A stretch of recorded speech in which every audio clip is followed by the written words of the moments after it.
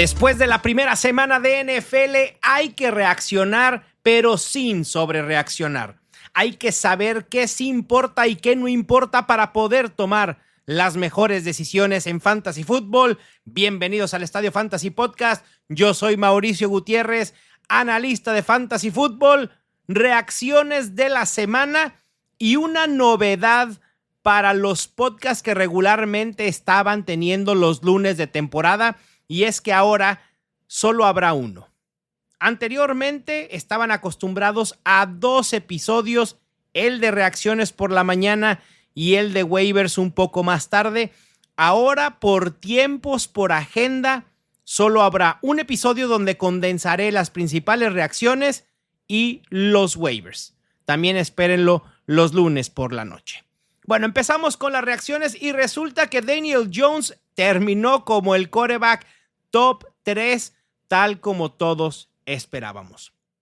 Lo relevante quizá no esté propiamente en perfilar a Daniel Jones como una opción fantasy a futuro o lo que resta de la temporada, sino hay que rescatar 2 cosas. Lo que esto puede permear en la ofensiva de los Colts. Como sabíamos, Daniel Jones era una mejor opción fantasy para sus opciones alrededor de lo que lo era Anthony Richardson, y eso quedó demostrado. Tyler Warren, gran debut. Michael Pittman también con buenos números. Pero voy más allá. Quizá esto nos dé a pensar en la defensa de los Dolphins como la ideal para usar quarterbacks contra ellos como opciones a streamear. En los próximos 5 juegos, Drake May, Josh Allen, Justin Fields, Bryce Young y Justin Herbert van a enfrentar a los Dolphins. También otra de las grandes sorpresas de la semana en la posición de quarterback fue Aaron Rodgers. Y aquí es donde voy con no sobrereaccionar. Qué bueno que Aaron Rodgers le fue muy bien en su debut con los Steelers, pero la realidad es que no perfila para ser una opción constante toda la temporada. El año pasado Aaron Rodgers terminó en un solo juego o en una sola semana como top 8. Esta temporada ya lleva un juego de ser al menos top 8. No sé si ya con esto habrá cumplido su cuota, pero yo no espero muchas más semanas de explosión de Aaron Rodgers. De quien sí espero explosión total y se les dijo, se les advirtió y me pone muy contento verlo, es Justin Fields. En sus últimos 5 juegos como titular, que tendríamos que ir a casi la mitad de la temporada pasada, tuvo 19.4 puntos fantasy, terminó como el quarterback 12. 32 puntos, terminó como el quarterback 1. 15.9 puntos, terminando como el quarterback 16. 23.7 puntos, terminando como el quarterback 7. Y 29.48, terminando como el quarterback 1. ¿Qué pero le vamos a volver a poner a Justin Fields? Porque antes era que era un mal quarterback y que Garrett Wilson no era suficiente para soportar la producción aérea y que iban a tener un mal juego terrestre. Bueno, nada de eso fue cierto.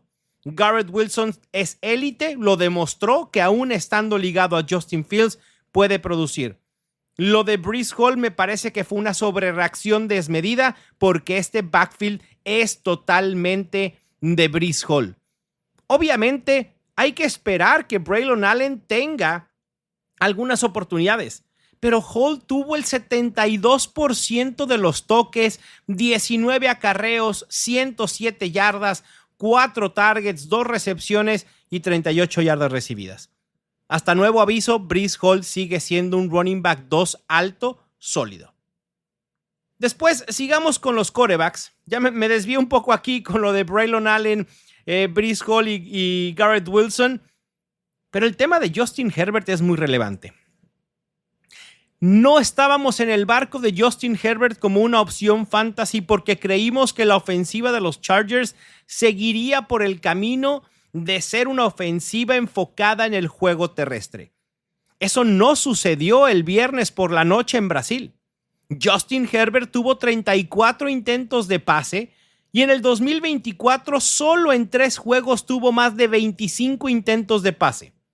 Es probable que ahora, teniendo en un segundo año a Ladd McConkey la adición de Keenan Allen, el brinco que tuvo Quentin Johnston, haga que los Chargers pasen en mucha mayor medida de lo que teníamos presupuestado. Esto no quiere decir malas noticias per se por sobre Omarion Hampton, que fue el caballo de batalla de este equipo. Habrá que ver cuál va a ser el rol de Najee Harris una vez que esté completamente sano y tenga tiempo para entrar en ritmo. Pero sí son buenas noticias para Justin Herbert, para Ladd McConkey, para Quentin Johnston y Keenan Allen. De hecho, tanto Allen como Johnston deben ser opciones a reclamar en waivers esta semana. Quien sí me quedó a deber y muchísimo fue Trevor Lawrence. En un juego muy a modo, tuvo una producción muy modesta. Y obviamente esto significó una muy baja producción para Brian Thomas. La utilización de Brian Thomas no me preocupa en lo absoluto. La utilización fue acorde a lo que esperábamos. El problema fue Trevor Lawrence y que también me parece que Liam Cohen no propuso un esquema que favoreciera a Brian Thomas buscándolo aún más, pero tampoco lo necesitó. Brian Thomas solo tuvo 7 targets en 30 rutas recorridas. Para que pueda ser una opción top 8 necesitamos mucho más volumen, pero eventualmente preveo que vaya a llegar. No sé si se dieron cuenta en los Falcons que hubo una utilización por tierra muy pareja entre Bijan Robinson y Tyler Allgeier. Casi un 50-50. Bijan tuvo 12 acarreos, Tyler Allgeier 10. En un juego que estuvo en la gran parte muy cerrado. En un tiroteo frente a los Buccaneers. Y esto dice mucho de lo que podemos esperar de Bijan Robinson. Pero esto no nos debería preocupar. Obviamente el que esté ligado a un semicomité limita el upside de Bijan, pero aún así le da para poder ser el running back 1 en fantasy esta temporada. No debería de preocuparnos por su producción y por la utilización por aire. Esta semana terminó con 7 targets, 6 recepciones y 100 yardas recibidas. Christian McCaffrey. Claro que tenemos que hablar de Christian McCaffrey. Resulta que el reporte que se dio el jueves o el martes o el miércoles, ya no recuerdo ni en qué día se dio el reporte de Christian McCaffrey que nos preocupó de sobremanera. Me parece que fue el jueves porque estábamos justo haciendo el show de NFL Fantasy en vivo, que no había entrenado, que había estado limitado y empezamos a cuestionarnos y a tener un déjà vu de lo que pasó la temporada pasada. Resulta ser que solo eran calambres. Por eso no hay que sobrereaccionar a lo que leemos y hay que estar al pendiente de lo que sí podemos de alguna manera tener en nuestras manos. Y es, si Christian McCaffrey juega, lo pones de titular. No hay manera que vaya a la banca. 72% de los toques, terminó con 22 acarreos, 69 yardas por tierra, 10 targets, 9 recepciones, 73 yardas recibidas. Y ahora Christian McCaffrey tendrá aún más upside porque los 49ers muy probablemente vayan a estar bastantes semanas sin George Kittle y por lo menos un par de semanas sin Jauan Jennings. Obviamente esto también aplica para Ricky Pearsall. Nunca vamos a aprender. Nunca vamos a aprender. Y no solo aplica para lo de Christian McCaffrey, sino para lo que sigue. Arthur Smith. Arthur Smith nunca dejará de ser Arthur Smith. Y nos la volvió a aplicar por enésima ocasión. Kenneth Gainwell. Kenneth Gainwell siendo más utilizado, jugando más snaps que Jaylen Warren, perdón, pero me parece una aberración. Jaylen Warren terminó con 11 acarreos, 37 yardas, 2 targets, 2 recepciones, 22 yardas recibidas y un touchdown, mientras que Kenneth Gainwell jugó casi en el 52% de snaps, tuvo 7 acarreos, 19 yardas, 4 targets, 3 recepciones y 4 yardas recibidas. Arthur Smith se empeñó en utilizar a Kenneth Gainwell cuando era claro que Kenneth Gainwell no podía generar yardas en el terreno de juego. Increíble. Y Caleb Johnson enterrado en este depth chart por completo. jugó solo en el 3.7% de snaps y tuvo un solo toque. A Caleb Johnson le tendría paciencia por un par de semanas más, pero si esta utilización no aumenta considerablemente en este rango, hay que empezar a considerar como una opción a soltar. Con quien también tendría paciencia es con TreVeyon Henderson. Si vemos los snaps jugados entre Rhamondre Stevenson y TreVeyon Henderson, muy probablemente apretemos el botón de pánico. Stevenson jugó en el 66.2% de snaps, mientras que TreVeyon Henderson en el 33.8%. Esto no debería de preocuparnos porque la utilización en sí fue bastante pareja. De hecho, TreVeyon Henderson tuvo más toques que Rhamondre Stevenson y fue más productivo tanto en el juego terrestre como en el juego aéreo, que es justamente lo que creíamos donde iba a aportar más el novato. Henderson promedió 5.4 yardas por acarreo, mientras que Stevenson 2.1. Y en juego aéreo, dobló en números Henderson a Stevenson. En utilización, en recepciones, en yardas recibidas. Henderson fue cuarto en targets en los Patriots, pero fue colíder en recepciones. Ese es justo lo que queremos ver de Henderson. Ese involucramiento en juego aéreo, esa eficiencia por juego terrestre que eventualmente le haga hacerse del puesto o adueñarse del puesto por completo. Devon Achane en los Dolphins no estuvo limitado por lesión, estuvo limitado por la inoperancia propia de esta ofensiva. Esta ofensiva preocupa, pero de manera considerable. Es una barbaridad lo que está sucediendo en los Dolphins. Devon Achane jugó el 72% de snaps y tuvo el 71% de los toques. Todo bien. Realmente salvó la semana a través del touchdown. La utilización en juego aéreo tampoco fue espectacular. 13% de target share. Ashton Jeanty tuvo un debut bastante modesto en producción. De hecho, incluso hasta un tanto decepcionante. Pero la utilización está justo donde queríamos que estuviera.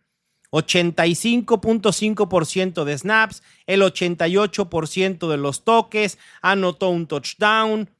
Ashton Jeanty no debería de preocuparnos. Mientras que con otro novato, Jacory Krosky-Merritt, parece que el hype que hubo en la temporada baja fue de alguna manera justificado. Pero hay que tener cuidado en su utilización. Pensemos en Jacory Krosky-Merritt de la misma manera que pensábamos en Brian Robinson, porque ese es justo el rol que va a tener el novato en esta ofensiva. El rol por tierra, primeras oportunidades, línea de gol, que se pueden traducir en touchdown sin duda alguna. Pero Austin Ekeler va a estar muy involucrado en ser el corredor de cambio de ritmo, en el juego aéreo. Jacory Krosky-Merritt jugó solo en el 30.2% de snaps, tuvo el 43% de los toques.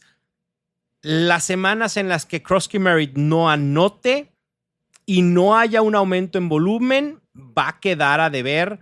No quiero decir de fea manera, pero va a quedar a deber. En los Giants se cumplió lo que pensábamos. Después de que Cam Skattebo se perdió gran parte de la pretemporada y la temporada baja por lesión, Tyrone Tracy es el dueño absoluto por ahora de este ataque terrestre. 73% de snaps, 63% de los toques. De hecho, Cam Skattebo fue el running back 3 del equipo jugando detrás de Devin Singletary. A Skattebo, por el perfil y por lo poco que pudimos ver de él, valdría la pena retenerlo en nuestros equipos y no soltarlo en waivers. Vayamos con otra de las incógnitas que han quedado ya descatimadas y es un comité en los Jaguars. ¿Cuál comité? ¿Cuál comité? Toda la pretemporada pensamos que esto iba a ser un comité y no lo fue en lo absoluto.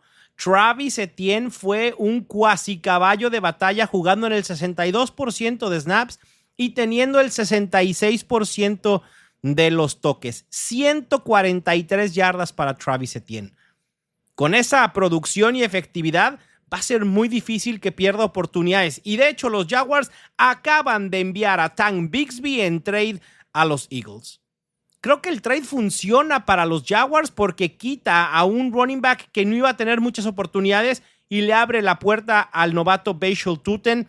Hay que retenerlo en rosters un par de semanas a ver cómo evoluciona, pero es muy claro que Travis Etienne es el dueño de este backfield. Del lado de Tank Bigsby, pues ahora solo tiene valor como pues handcuff de Saquon Barkley y obviamente es un golpe muy fuerte en el valor para Will Shipley. Will Shipley puede ser cortado de rosters de fantasy. En los Browns estuvieron sin Quinshon Judkins, quien muy probablemente regrese la próxima semana, y Dylan Sampson dominó en el juego terrestre, en el juego aéreo, 45.1% de snaps, 12 acarreos, 29 yardas, nada espectacular, pero aún con esas 29 yardas fue por mucho líder en yardas terrestres de los Browns. Donde está el entusiasmo con Sampson es lo que hizo en el juego aéreo. 8 targets, 8 recepciones y 64 yardas recibidas. ¿Se acuerdan cuando perfilábamos a Judkins y a Henderson? Decíamos que Judkins tenía un perfil más similar al de Nick Chubb, de ser un running back de primeros downs, un tractorcito. No lo quiero comparar con Derrick Henry en lo absoluto, pero Quinshon Judkins perfilaba para ser unidimensional. Bueno, Dylan Sampson es el complemento perfecto para Judkins. Esto perfila para ser un comité al estilo de Krusky Merritt y Austin Ekeler. Así Quinshon Judkins y Dylan Sampson. Si Sampson está disponible en su liga, vayan a reclamarlo. Terminó como colíder en los Browns en targets, fue líder en recepciones y segundo en yardas recibidas. Con esta utilización, aún con Quinshon Judkins activo, Dylan Sampson puede tener números de running back 3. Pensemos, insisto, en Austin Ekeler, no en sus mejores momentos, sino en esta etapa con los Commanders. Estoy un tanto preocupado con Alvin Kamara. Juegos de Alvin Kamara con 2 o menos targets en 2024, 0. Absolutamente ninguno. Juegos de Alvin Kamara con 2 o menos targets en 2025, 1. El de la semana pasada. Cuidado con esta utilización de Kamara en juego aéreo, solo tuvo un 5% de target share. Una de las cuestiones que más nos entusiasmaban o entusiasman con Kamara es este rol en el juego aéreo, pero fue nulo esta semana con Spencer Rattler. Quien tampoco me entusiasma mucho a pesar de haber dominado en toques, 57% de los toques para ser preciso, fue Nick Chubb. Fungió como el running back principal en los Texans sin Joe Mixon. La verdad es que nada relevante. Seguirá siendo un running back 3 bajo, dependiente de touchdowns. En los Colts, además de la sorpresa de Daniel Jones y Tyler Warren, que esa no es una sorpresa realmente, confirmamos que DJ Giddens es el handcuff directo de Jonathan Taylor. Si en su liga suelen agarrar todas las opciones de handcuff disponibles, porque es una liga profunda, es una liga de 12 equipos con 5 o 6 lugares en banca, vale la pena agregar a Giddens meramente por especulación. Los Cardinals usaron una rotación de running back y Trey Benson pudiera ser una amenaza para James Conner. Creí que iba a ser un día de campo para Conner en semana 1 y no fue así porque Trey Benson estuvo muy pareja la utilización. 63.9% de snaps por Conner por 34.4% de Benson. Aquí no está nada parejo. El problema es que Conner tuvo 12 acarreos y Benson 8. Trey Benson con esos 8 acarreos generó 69 yardas. 8.6 yardas por acarreo. Esa eficiencia podría darle más oportunidades a Benson. Donde sí hay que prender las alarmas y estoy totalmente preocupado y hasta con dolor de estómago de esta preocupación es con Kenneth Walker. porque no hay reporte de que estuviera limitado por la lesión que lo estaba quejando durante la pretemporada y la temporada baja. Así que esto parece ser que es un comité muy parejo entre Zach Charbonnet y Kenneth Walker. Este es el peor dolor de cabeza que podíamos tener con Walker, además de una lesión. Y esto es algo raro, porque no es algo que habíamos visto de parte de Klint Kubiak en sus ofensivas anteriormente. Kubiak regularmente utilizaba a un running back y con él iba por completo. ¿Qué pasó ahora? Sinceramente no lo sabemos. Charbonnet terminó con el 58% de snaps, 12 acarreos, 47 yardas y un touchdown, mientras que Walker 40% de snaps, 10 acarreos, 20 yardas, 3 targets, 3 recepciones, 4 yardas recibidas. Lo de Kenneth Walker no luce nada bien. Esperemos que pueda darle la vuelta y establecerse al menos como el corredor principal en los Seahawks. Pasemos con los wide receivers. Y por más que la producción de Jayden Reed nos pueda entusiasmar, hay que saber que estuvo un tanto limitado por lesión y además que la rotación de wide receivers en los Packers sigue siendo un dolor de cabeza. Solo Romeo Doubs jugó en más del 50% de snaps. Jayden Reed fue el quinto en rutas recorridas con 12, pero fue el líder en target share con 23%. Solo 5 targets. La rotación sigue estando ahí. Stephon Diggs también jugó limitado. Hay que tener paciencia con él. Jugó en el 32.4% de snaps, recorrió el 70% de rutas, tuvo 16% de target share, que al final fueron 7 targets, 6 recepciones. No son números periféricos nada malos, pero no está en el rango en el que queríamos en cuanto a tiempo de juego. Eventualmente estará ahí. Hay que darle un par de semanas. Por ahora, Kishon Boutte es el wide receiver número 1 en los Patriots con un 19% de target share. Emeka Egbuka, ex Ohio State, titular indiscutible en los Buccaneers en el primer snap y también lo debe ser en Fantasy Football hasta nuevo aviso. ¿Ustedes creen que con la producción, la utilización que tuvo Emeka Egbuka, haya espacio para Chris Godwin en un rol relevante cuando regrese y ni siquiera esté al 100%? Muy probablemente no. Emeka Egbuka fue líder en rutas recorridas en los Buccaneers y miren que eso es mucho, por decir, teniendo a Mike Evans. 97% de rutas recorridas, 21% de target share. Fue líder en los Buccaneers en yardas recibidas con 67, 2 touchdowns. ¿Y qué me dicen de Zay Flowers? Porque había muchas dudas alrededor de Zay Flowers, que porque Lamar Jackson, que porque es una ofensiva muy enfocada en correr, que Zay Flowers no tenía buenas manos y puros pretextos de ese tipo. Zay Flowers demostró en semana 1 que puede ser el wide receiver número 1 y alfa de Lamar Jackson.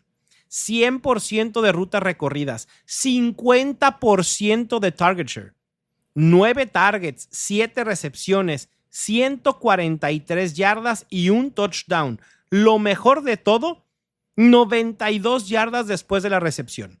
Flowers es una máquina de generar yardas teniendo el ovoide en las manos. Mark Andrews no tuvo una utilización espectacular a pesar de la ausencia de Isaiah Likely.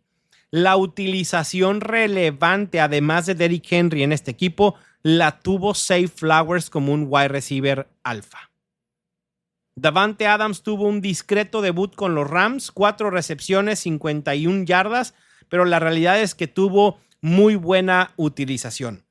Recorrió 28 rutas, fue líder del equipo y tuvo un 29% de target share, 8 targets. Es una gran utilización para Davante Adams. La producción va a llegar tarde o temprano. Una de las cuestiones que más me voló la cabeza esta semana fue la utilización de Jackson Smith y Jigba. Fue un Malik Neighbors a la quinta potencia. Y quizá no en producción, pero sí en utilización. 59% de target share.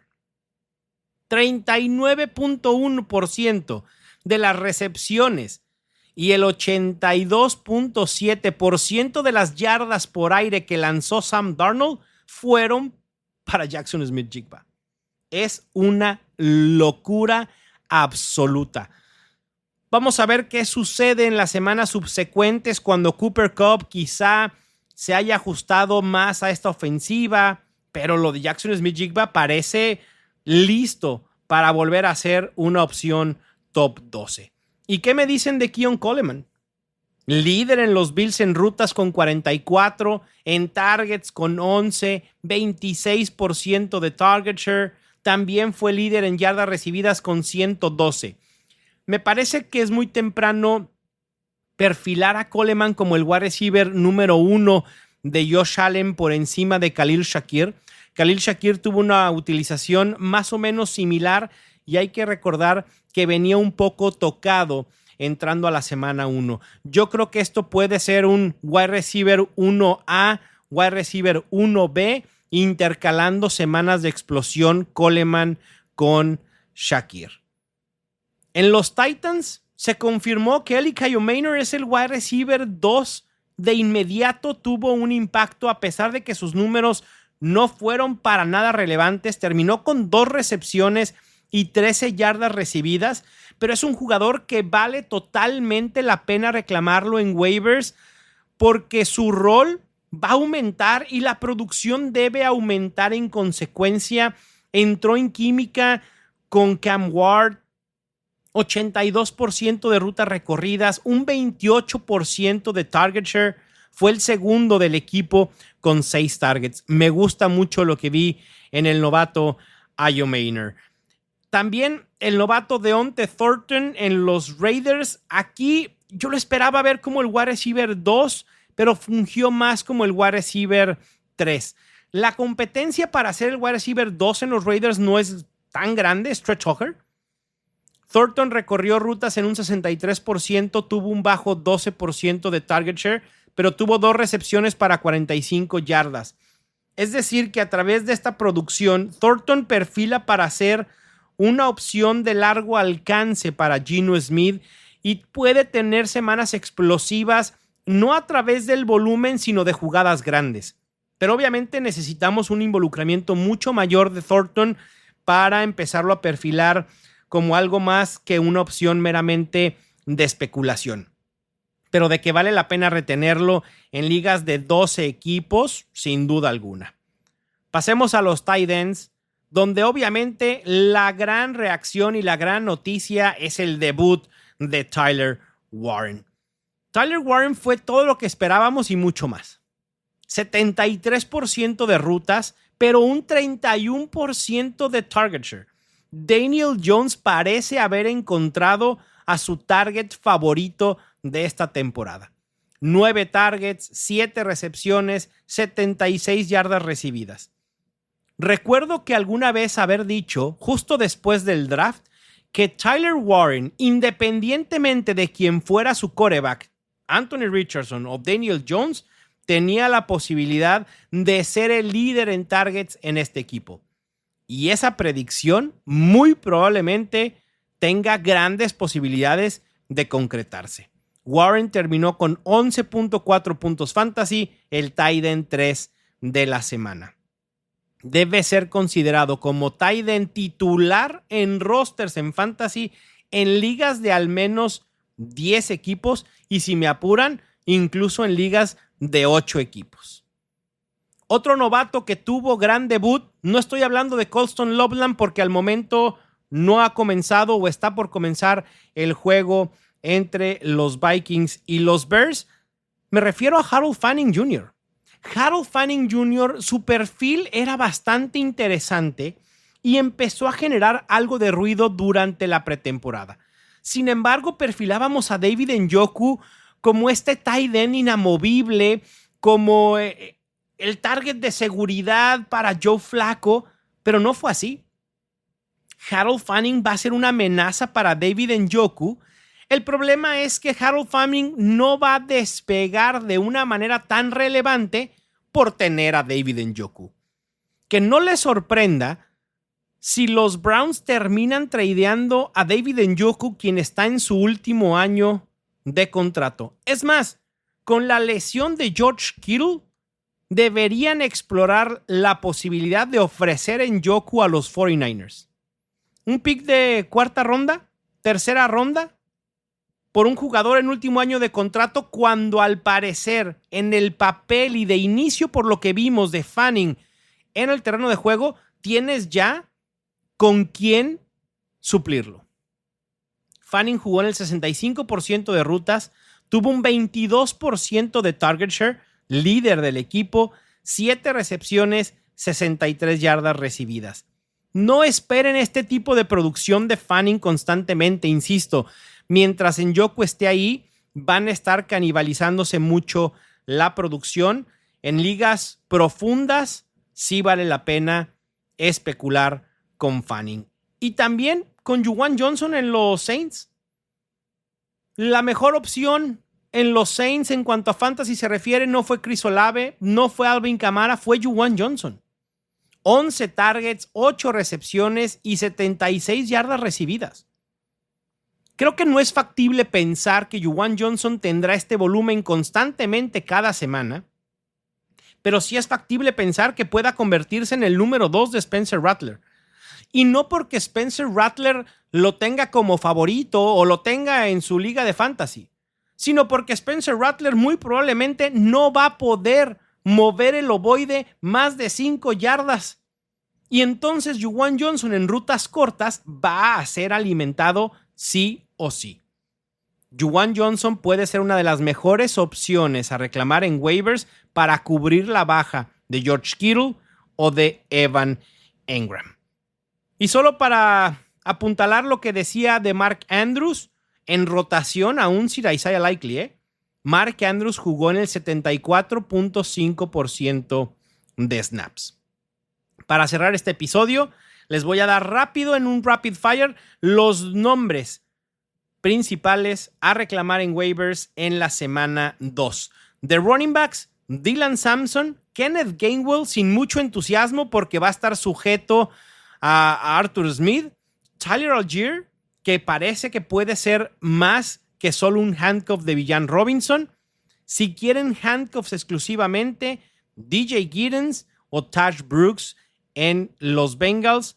De receptores, la mejor opción es Marquise Brown. Todo indica que Xavier Worthy se va a perder varias semanas con el hombro dislocado.